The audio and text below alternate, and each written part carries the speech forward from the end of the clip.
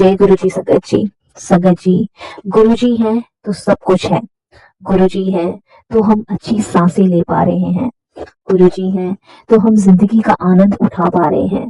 गुरु जी अगर हमारे बीच में है तो हमारे पास सब कुछ है, सब कुछ। संगत जी, मैं गुरु जी के पास 2004 में गई थी। गुरु जी ने मुझे 2004 में बुलाया था।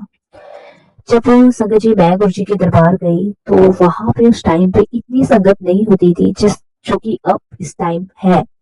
संगत जी, उस टाइम गुरु जी की संगत 10-15 हजार थी और वो उतनी ही संगत थी जो कि बड़े मंदिर में बैठ सके।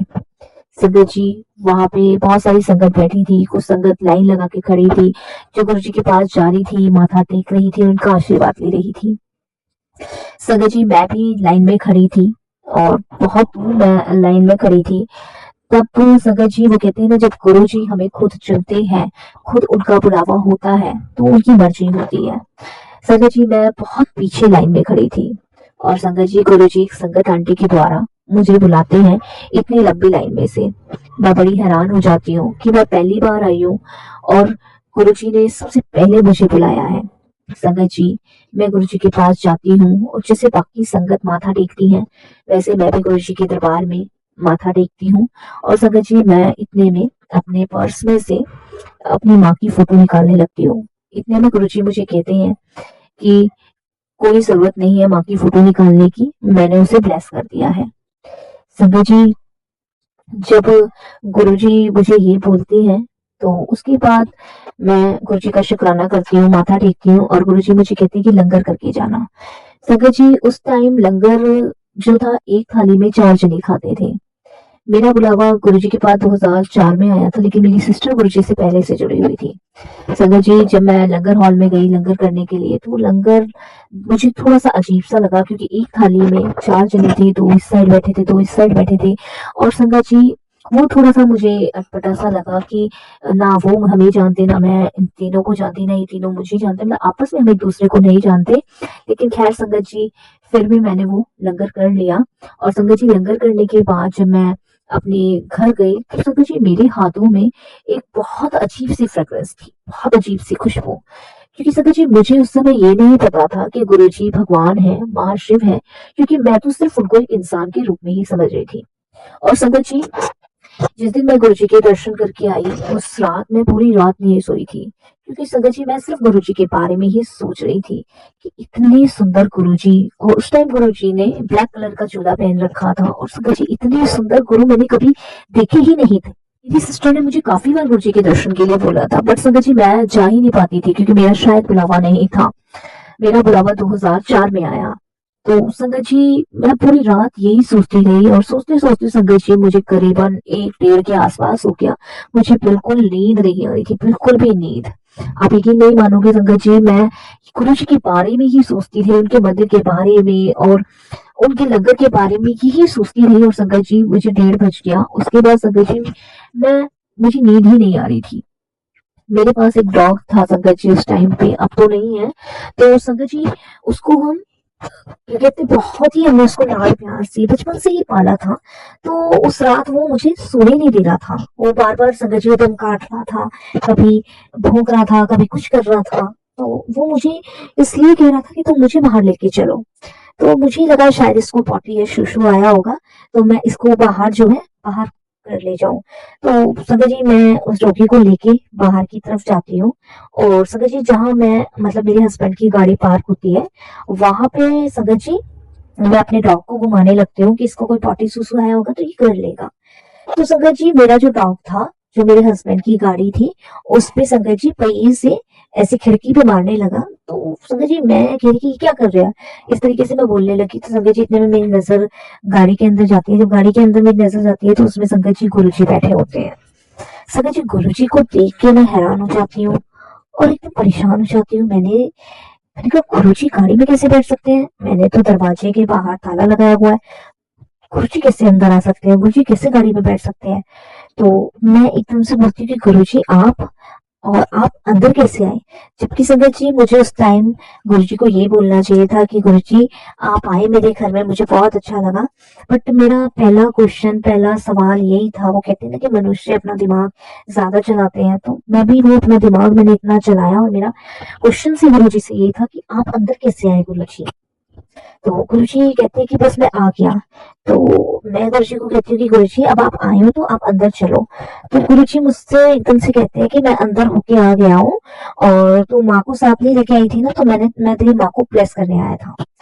तो उसके बाद संगत जी मैं गुरुजी को शुक्राना करती हूँ वहाँ पे। और उसके बाद संगत जी वो कहते हैं ना जैसे इंसान होता है, क्योंकि मैं तो गुरुजी को इंसानी रूप में ही समझी थी, जबकि संगत जी मुझे ये नहीं पता था कि गुरुजी महाशिव है और वो कहीं भी पहुंच सकते हैं। उन्हें उनका कोई समय निर्धारित नहीं है और उनका कोई ऐसी पाबंदी नहीं है, वो एक स्थान से कई स्थानों पर उपस्थित हो सकते हैं। तो उसके बाद संगत जी हमारी आदत होती है इंसान की कि अपनी परेशानी अपनी समस्याएं गिनवाना हम शुरू कर देते हैं। तो मैं गुरुजी को अपनी परेशानी और समस्याएं गिनवाना मैंने शुरू किया कि गुरुजी ये है लाइफ में, ये परेशानी चल रही है, ये सब हो रहा है। तो गुरुजी एकदम से मुझे कहते हैं कि तेरी परेशानी मेरी परेशानी, तेरा कल्याण कर देता, जा ऐश कर मौज कर। इस तरीके से गुरुजी संगत जी मुझे कहते हैं।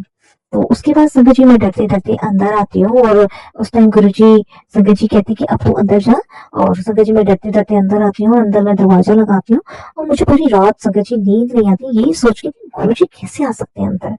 संगत जी नेक्स्ट डे होता है, और नेक्स्ट डे मैं अपनी सिस्टर को फोन करती हूँ और मैं उसको बोलती हूँ कि रात को ना गाड़ी में ना गुरुजी आए थे और ऐसे ऐसे उन्होंने मुझे बुलाया। सारी बात मैं अपनी सिस्टर को बताती हूँ। तब संगत जी मेरी सिस्टर मुझे कहती है कि वो तेरा वहम होगा, तूने कोई सपना देखा होगा। मैं उसको बोलती हूँ मैंने सपना नहीं देखा है, सच में। तो गुरुजी कह रहे थे कि तू माँ को साथ नहीं लेके आई, तेरी माँ को प्रेस करने आया हूँ, क्योंकि संगत जी उस टाइम मेरी माँ बहुत ज्यादा बीमार चल रही थी। तो संगत जी फिर क्या होता है कि मेरी बहन मुझे फोन पे कहती है कि चल कोई बात नहीं, शाम को मैं एम्पायर स्टेट जाऊंगी तो मैं गुरुजी से खुद ही पूछ लूंगी। मैंने कहा ठीक है। उसके बाद संगत जी शाम को मेरी सिस्टर गुरुजी के पास जाती है और गुरुजी से कहती कि गुरुजी रितु बोल रही थी कि कल आप, तो गुरुजी एकदम से बोलते हैं कि तेरी बहन बहुत समझदार है, कल वो अपने आप ही बाहर आ गई थी मुझसे मिलने के लिए। तो मेरी बहन को पता चलता है कि गुरुजी गए थे, वो मेरी बहन का वहम नहीं था, सपना नहीं था, गुरुजी उसको अपने दर्शन देने गए थे। उसके बाद संगत जी ऐसे ही कंटिन्यू चलता रहा, और मैं मेरे हस्बैंड गुरुजी के दरबार जाते रहे। तो मेरे पास दो बच्चे थे, एक मेरी बेटी 3 साल की थी और एक 3 महीने की थी। तो संगत जी मंदिर में बच्चों का लाना अलाउ नहीं होता था, तो बट गुरुजी मेरी बेटी को आने की परमिशन दे देते थे। और संगत जी आप बिलीव नहीं करोगे, 3 साल का बच्चा जब तक सत्संग चलता था वो मेडिटेशन में ही बैठी रहती थी। और संगत जी छोटी बच्ची थी, तो मैं उसको लेके ऊपर जाके बैठती थी, क्योंकि नीचे अलाउ नहीं होता था। और वो भी मुझे थोड़ा सा डर लगा रहता था कि ये रो ना जाए और कहीं डांट ना पड़ जाए, कोई सेवादार अंकल ना बोल दे, आंटी ना बोल दे, इस चीज का भी मुझे डर लगा रहता था। बट संगत जी ऐसे ही हमारा चलता रहा, मेरे हस्बैंड और मैं। संगत जी हफ्ते में 4 या 5 बार जाने लग गए थे। तो कभी कभी गुरुजी से हमें डांट भी पड़ती थी, इसलिए कि मतलब रोज रोज क्यों आ जाते हो। और क्योंकि संगत जी वहां पे क्या होता था कि जिस संगत को गुरुजी ने बुलाना होता था वो उसी को ही परमिशन देते थे आने की, और जिस संगत की गुरुजी ने छुट्टी कर दी है और वो उस टाइम पे आएगी उसी टाइम पे आएगी, ये गुरुजी ही समय दिन निश्चित करते थे। तो संगत जी डांट भी पड़ती थी। फिर हम नगर करके जब जाते थे वो कहते थे कि गुरुजी अब हम जा रहे हैं, आज्ञा दीजिए। तो गुरुजी कहते थे जा कल्याण कितना, ऐश कर मौज कर। तो ये गुरुजी काफी बार हमें बोल चुके थे।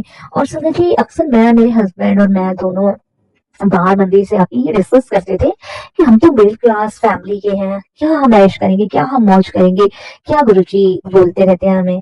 बट संगत जी उस चीज का समझ हमें 2007 में आया। 2007 में संगत जी मेरे हस्बैंड का बहुत तगड़ा एक्सीडेंट हुआ था। उस टाइम संगत जी मेट्रो का काम चल रहा था और मेरे हस्बैंड संगत जी आ रहे थे, और जो उनकी गाड़ी थी वो एक बहुत भरे हुए लोहे के सरिये के ट्रक के नीचे आ गई थी।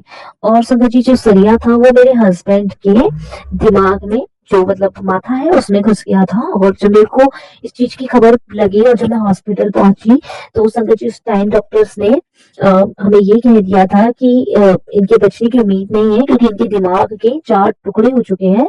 और उस समय संगत जी मैं बहुत परेशान थी, टेंशन में थी, डिप्रेशन में थी कि मेरे 2 छोटे-छोटे बच्चे हैं, मैं क्या करूँगी, क्या नहीं करूँगी, मैं कैसे अपनी लाइफ काटूँगी? क्योंकि बहुत संगत जी उस समय मैं माइंड से डिस्टर्ब थी, समझ नहीं आ रहा था, बहुत परेशान थी।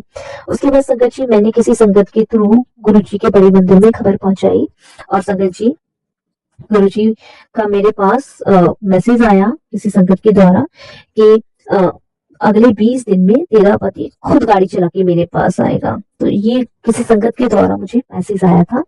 बट संगत जी मैं बहुत परेशान थी उस टाइम पे, बहुत ही ज़्यादा परेशान थी और उन्होंने कहा कि आप चिंता मत करो, गुरुजी ने आपके हस्बैंड को लाइफ ब्लेस कर दी है। तो संगत जी बस ये था कि जब गुरुजी ने लाइफ ब्लेस करी है तो कहीं न कहीं विश्वास बंध चुका था। संगत जी उसके बाद मेरी सिस्टर का मेरे पास फ़ोन आता है जब मेरे हस्बैंड का ऑपरेशन होना था, क्योंकि डॉक्टर्स ने तो मना ही कर दिया था बट फिर भी एक कोशिश थी और संगत जी सर्जन थे जिन्हें मेरे हस्बैंड का ऑपरेशन करना था।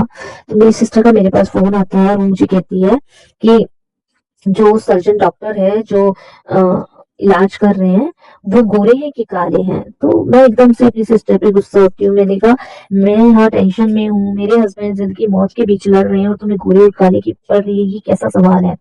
तो मेरी सिस्टर कहती है कि तू चिंता मत कर, ये गुरुजी ने पूछा है, गुरुजी ने कहा है कि अगर गोरे सर्जन है तो तुम इनसे अपना इलाज करवा लो और सर्जरी करवा लो। और गुरुजी ने ब्लेस कर दिया, वो गुरुजी ने ही भेजे हैं। तो संगत जी आप यकीन नहीं मानोगे, जहाँ सब डॉक्टर्स ने मना कर दिया था कुछ भी नहीं था। आप समझ सकते हैं जिनके माइंड के 4 टुकड़े हो गए हैं तो कुछ भी नहीं है, वेंटिलेटर पे है। बट संगत जी आप बिलीव नहीं मानोगे, ऑपरेशन सक्सेसफुल हुआ और संगत जी रियलिटी में 20 दिन के ठीक बाद मेरे हस्बैंड संगत जी गाड़ी चला के खुद गुरुजी का आशीर्वाद लेने गए। गुरुजी ने उन्हें नई लाइफ ब्लेस की। संगत जी जब हमें समझ आया कि गुरुजी हमेशा ये क्यों कहते थे कल्याण कीता, ऐश कर, मौज कर। संगत जी क्योंकि जहान है, जान है तो आप मौज भी कर लोगे और संगत जी अगर जान ही नहीं है तो आप बेकार हो, कुछ भी आपके पास नहीं है, सब कुछ होके भी नहीं है। तो उस चीज का मेरे को मेरे हस्बैंड को जब समझ आया कि ये अनहोनी हमारे साथ होनी थी और गुरु जी ने ये कृपा हम पे करी। तो संगत जी गुरुजी से जुड़ने के बाद ये समझिए कि हमें गुरुजी सबसे पहले हेल्थ ब्लेस करते हैं। ये बाकी की जो पदार्थ की चीजें वो तो बाद में मिलती है, सबसे पहले गुरुजी हमें हेल्थ ब्लेस करते हैं। फिर संगत जी हमें अच्छे से मांजते हैं, हमारा मन दिल दिमाग साफ करते हैं, गंदगी निकालते हैं। तो ये सबसे पहले गुरुजी महाराज करते हैं। इन सभी के लिए गुरुजी का बहुत बहुत मैं शुक्राना करती हूँ। एक सत्संग और मुझे संगत जी याद आ रहा है। एक गुरुजी की हम पे ही नहीं कृपा रही है, बहुत सारी संगतों पे कृपा रही है। संगत जी हमारे एक रिलेटिव थे और उनके बेटे थे, उनके बेटे को लीवर में कैंसर हो गया था। तो संगत जी उनका बेटा करीबन 1 साल से सर गंगाराम हॉस्पिटल में एडमिट था। तो डॉक्टर्स जवाब दे चुके थे क्योंकि कुछ नहीं बचा था और संगत जी वो चल फिर भी नहीं पाता था। तो संगत जी हमने उनको गुरुजी के बारे में बताया, वो एग्री हो गए गुरुजी से मिलने के लिए। उसके बाद संगत जी उस लड़के पे ये समझ लीजिए कि अपने कमरे में बाथरूम पे करने भी नहीं जा सकता था। तब संगत जी हमने जब उसे गुरुजी के बारे में बताया तो उसने कहा कि मरना तो है ही मुझे, लेकिन क्यों ना मैं गुरुजी के दर्शन करके ही मरूं, उनके दिव्य दर्शन प्राप्त करूं। और संगत जी वो हमारे साथ गुरुजी के दर्शन के लिए गया। उन्हें गुरुजी को माथा टेका और गुरुजी ने लंगर करने को कहा। संगत जी लंगर हॉल में गुरुजी के कहे अनुसार उसने लंगर किया 4 जनों के साथ। और संगत जी जब वो लंगर करके माथा टेक के आज्ञा लेके घर आया तो घर आते ही संगत जी से खून की उल्टी होनी स्टार्ट हो गई। उसके बाद संगत जी को वापस से हॉस्पिटल में एडमिट कराना पड़ा। संगत जी उस दिन था 14 अगस्त, 15 अगस्त की छुट्टी थी और संगत जी कोई डॉक्टर्स आए नहीं थे। तो 16 को संगत जी डॉक्टर आए और संगत जी डॉक्टरों ने कुछ टेस्ट करवाए, एमआरआई करवाया उसका और संगत जी कुछ टेस्ट और करवाए। जब टेस्ट हुए तो संगत जी जो कैंसर था वो रिमूव था, कैंसर बिल्कुल खत्म था, कैंसर था ही नहीं। डॉक्टर देख के हैरान हो गए, ये कैसे हो सकता है, पॉसिबल कैसे हो सकता है, इम्पॉसिबल। ये संगत जी मैजिकल था, बहुत बड़ा मैजिकल था। तो गुरु जी कुछ भी कर सकते हैं, कुछ भी। जब हम गुरुजी से जुड़ते हैं तो सबसे पहले उन पर विश्वास, समर्पण बहुत जरूरी है संगत जी। जब हम गुरुजी पे समर्पण कर देते हैं, भरोसा करते हैं, तो हमारी जो जिंदगी की नाव है उसकी पतवार गुरुजी संभालते हैं। जब उनका आशीर्वाद, उनका आशीष हमारे ऊपर होता है तो वो हमें सारी चीजों से बचाते हैं। तो बस हमें गुरु जी को प्रेम से याद करना है, समर्पण करना है, विश्वास करना है, भरोसा करना है। बस संगत जी सत्संग तो बहुत सारे हैं, अभी वाणी को विराम देती हूँ, फिर गुरु जी की आज्ञा होगी बहुत जल्द मैं और भी सत्संग शेयर करूंगी। ओम नमः शिवाय, शिव जी सदा सहाय। ओम नमः शिवाय, गुरु जी सदा सहाय। जय गुरु जी, शुक्राना गुरु जी।